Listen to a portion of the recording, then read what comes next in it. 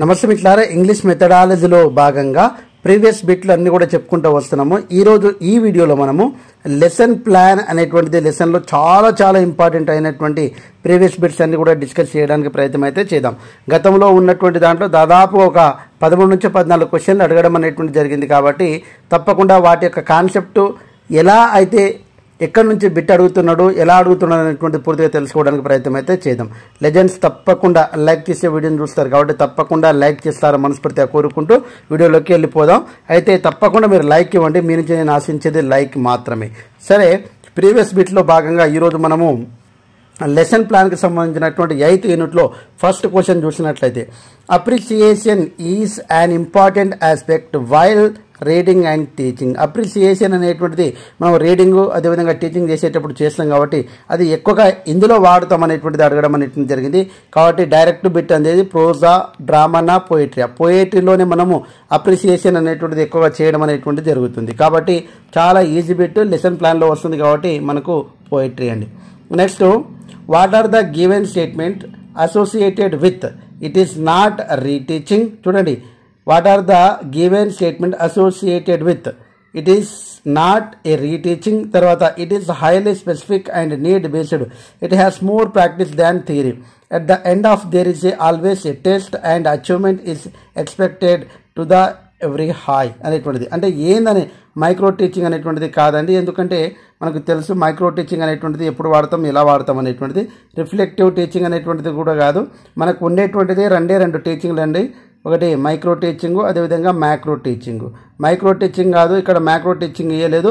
ఈ రెండు తప్పితే మనకు ఎవరైతే స్లో లెర్నర్స్ ఉన్నారో వాళ్ళందరికీ స్పెషల్గా చెప్పేటువంటిది, దానికి చెప్పినట్టు దానికి ఎగ్జామ్ పెట్టేటువంటిది రెమీడియల్ టీచింగ్ అనేటువంటిది చెప్పడం జరుగుతుంది. కాబట్టి second one, third one answer అవుతుంది. చాలా ఈజీ బిట్ ఇది. 3 అనేటువంటిది మనకు ఆన్సర్ అవుతుంది సెకండ్ బిట్కు. నెక్స్ట్ మనము థర్డ్ వన్ చూసినట్లయితే, ఇది ఇంతకుముందు బిట్ కూడా అండి. What do you mean by syntax? Syntax అంటే ఏమిటి? Word order. చాలా ఇంపార్టెంట్ అండి. వర్డ్ ఆర్డర్ మనం సింటాక్స్ అని చెప్పడం అనేటువంటిది జరుగుతుంది. 3-2 ఆన్సర్. తర్వాత ఫోర్త్ వన్ చూసినట్లయితే, in the collaborative teaching. Collaborative teaching అంటే మనకు తెలుసు, okay, collaboration can happen between and among the teachers. తర్వాత కొలాబరేషన్స్ మీన్స్ దాదాపుగా అందరు కలిసిమెలిసిగా ఉండేటువంటిది, okay, between teachers and learners, okay, between teachers and other professionals, all the above. Fourth one answer 4th అవుతుందండి. ఎందుకంటే between among teachers మధ్యలో జరగవచ్చు, లేకుంటే teachers learners మధ్యలో జరగవచ్చు, లేకుంటే టీచర్స్ ప్రొఫెషనల్స్ మధ్యలో జరగవచ్చు. కాబట్టి కొలాబరేటివ్ టీచింగ్ అనేటువంటిది ఆల్ ది అబోవ్ ఆన్సర్ అవుతుంది. కాబట్టి ఫోర్త్ వన్ ఆన్సర్ అవుతుంది. నెక్స్ట్ ఫిఫ్త్ వన్ చూసినట్లయితే, చాలామంది ఏం చేస్తారంటే క్వశ్చన్ పెద్దగా ఉందని చదవరండి, కానీ చాలా ఈజీ ఇది. ఒక్కసారి క్వశ్చన్ కరెక్ట్గా చదివితే ఈజీగా ఆన్సర్స్ అయితే మనము చేయొచ్చండి. Next, what are the following statement connected with enables the teacher to do justice to the different portions of the syllabus, given sufficient time and opportunity to the teachers for preparation of the lesson beforehand, keeps the teacher and taught on the right track, permanent record of work finished or to be finished అనేటువంటిది. దేనికి ఆధారంగా చేస్తామంటే కామన్గా first మనం అంటే syllabus మొత్తం ఇస్తాము, దానికి సంబంధించినటువంటి ఏం చేస్తాము, టీచింగ్ చేస్తాము, ప్లానింగ్ చేస్తాము, లర్నింగ్ అనేటువంటిది కామన్గా రికార్డింగ్ కాదండి. అంటే లర్నింగ్ అనేటువంటిది కాదండి, ఎందుకంటే సిలబస్కి సంబంధించింది టీచింగా ప్లానింగా. ఫస్ట్ ప్లానింగ్ ఉంటేనే టీచింగ్ జరుగుతుంది. కాబట్టి 5th వన్ 2 ఆన్సర్ అవుతుంది. కాబట్టి 5th వన్ ఆన్సర్ ఏమవుతుందండి, సెకండ్ వన్ ఆన్సరు ప్లానింగ్ అనేటువంటిది. అంటే క్వశ్చన్ని మనం చదవాలండి, చాలా ఈజీగా ఆన్సర్ వస్తే చేయవచ్చు.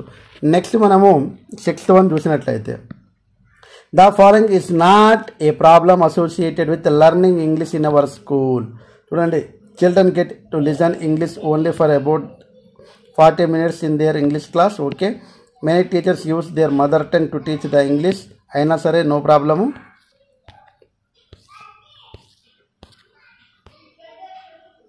నెక్స్ట్ థర్డ్ వన్ చూసినట్లయితే, children get less opportunities to use English అనేటువంటిది ఇచ్చిండు.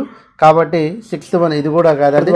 There are no qualified teachers in any school in India to teach English. కాబట్టి మనకు కామన్గా చూడండి 6th వన్ క్వశ్చన్ ఏమి ఇచ్చాడు, the following is not a problem associated with learning English in our school. కాబట్టి ఇది ఫోర్త్ వన్ ఆన్సర్ అవుతుంది, ఎందుకంటే ప్రాబ్లం కానటువంటిది.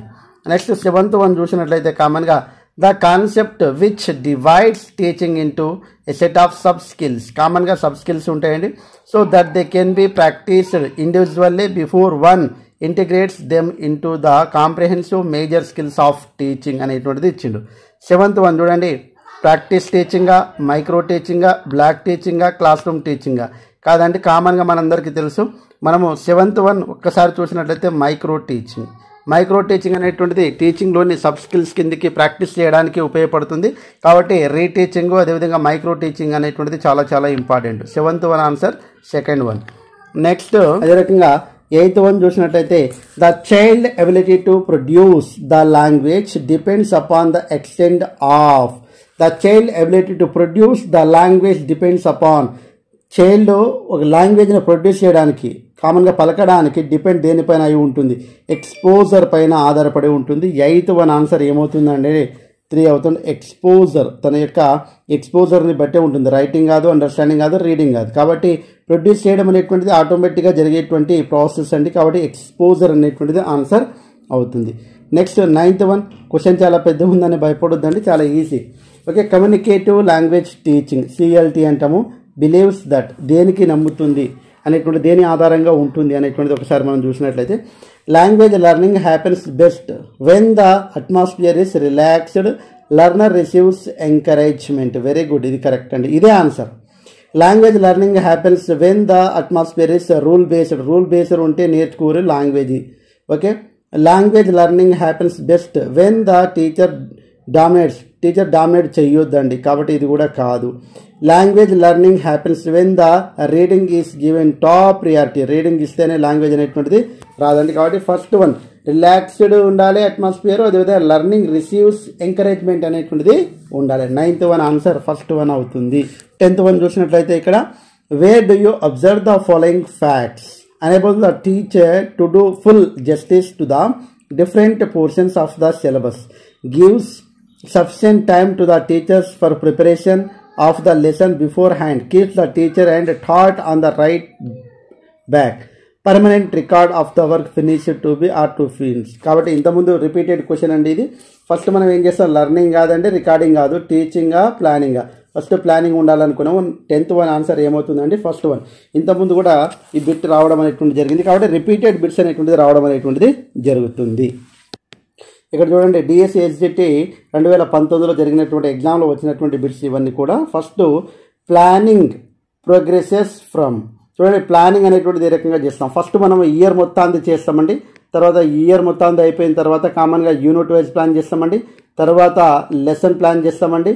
తర్వాత లెసన్లు అయిపోయిన తర్వాత మనకు పీరియడ్ వైజ్ ప్లాన్ చేస్తాం. ఇవన్నీ గుర్తుపెట్టుకోవాలండి. ఇప్పుడు చూడండి, యూనిట్ ప్లాన్ ఫస్ట్ అంటుండు, కాదండి, ఇయర్ ప్లాన్ ఉంటుంది, యూనిట్ ప్లాన్ ఉంటుంది, లెసన్ ప్లాన్ ఉంటుంది, తర్వాత పీరియడ్ ప్లాన్ ఉంటుంది. కాబట్టి ఇది ఉంటుంది process.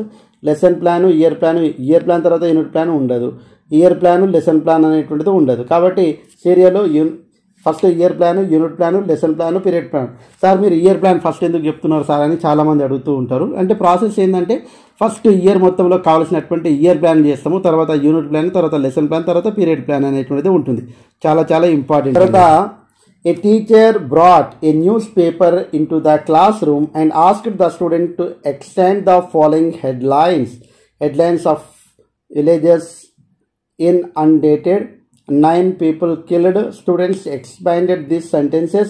100 of villages were inundated, 9 people were killed. The teacher was using the above activity to the introduce. Indirect speech కాదండి, డిగ్రీస్ ఆఫ్ కంపారిజనా కాదండి. ఇక్కడ చూడండి, మీరు ఎక్కడైనా వాక్యంలో చూసినట్లయితే మనకి ఇక్కడ విలేజర్స్ వర్ అనేటువంటిది ఇచ్చిండు, V3 ఇచ్చిండు. కాబట్టి ఇట్లాంటి మనం ఒకసారి అబ్జర్వ్ చేయాలి. పీపుల్ వర్ కిల్డ్, V3 ఇచ్చిండు. అంటే ఇవన్నీ ప్యాసివ్ వాయిస్కు సంబంధించినటువంటి స్ట్రక్చర్కి సంబంధించింది. కాబట్టి ఇఫ్ క్లాజులు అనేటువంటిది ఇఫ్ అనేటువంటిది వాడలేదు కాబట్టి ఇక్కడ ఇఫ్ క్లాజ్ కాదు, ఇండైరెక్ట్ స్పీచ్ కాదు, డిగ్రీస్ ఆఫ్ కంపారిజన్ అనేటువంటిది మోర్ కానీ మోస్ట్ కానీ ఇట్లా వాడలేదు. ఇక్కడ విలేజ్ వర్, తర్వాత ఇన్అండేటెడ్ అనేటువంటిది V3, తర్వాత people subject plus were plus V3. కాబట్టి ఈ రకంగా వాడడం అనేటువంటిది ప్యాసివ్ వాయిస్. కాబట్టి ఏమవుతుందండి ఆన్సరు 3rd వన్ ఆన్సర్ అవుతుంది. ఈ రకంగా అంటే గతంలో ఈ రకంగా బిట్లు అడగడం అనేటువంటిది జరిగింది. కాబట్టి మెయిన్గా మనం లెసన్ ప్లాన్ అనేటువంటిది చాలా చాలా ఇంపార్టెంట్. ఆ లెసన్ ప్లాన్లో ఎలాంటి బిట్స్ రావడానికి అవకాశం అయితే ఉంటుంది. సో మీకు వీడియో నచ్చినట్లయితే తప్పకుండా లెజెండ్స్ ఎప్పుడు కూడా లైక్ చేయకుండా చూసి ఉండరు, తప్పకుండా లైక్ చేయండి. నా ఇంటెన్షన్ ఏంటంటే ఫ్రీగా ఇంటి దగ్గర ఉండి కామన్గా కోచింగ్ వెళ్ళలేని వాళ్ళు, చిన్నపిల్లలు ఉన్నటువంటి మీడియంస్ ఎవరైతే ఉన్నారో మీ అందరికీ ఉపయోగపడాలనే ఉద్దేశంతో, మెయిన్గా తెలుగు మీడియం ఆస్పిరెంట్స్కి ఉపయోగపడాలనే ఉద్దేశంతో, యాజ్ ఏ టీచర్గా నా యొక్క నాలెడ్జ్ మీతో షేర్ చేసుకోవాలనే ఉద్దేశంతో ఈ ఫ్రీ క్లాసెస్ అనేటువంటి చెప్తూ ఉన్నాను.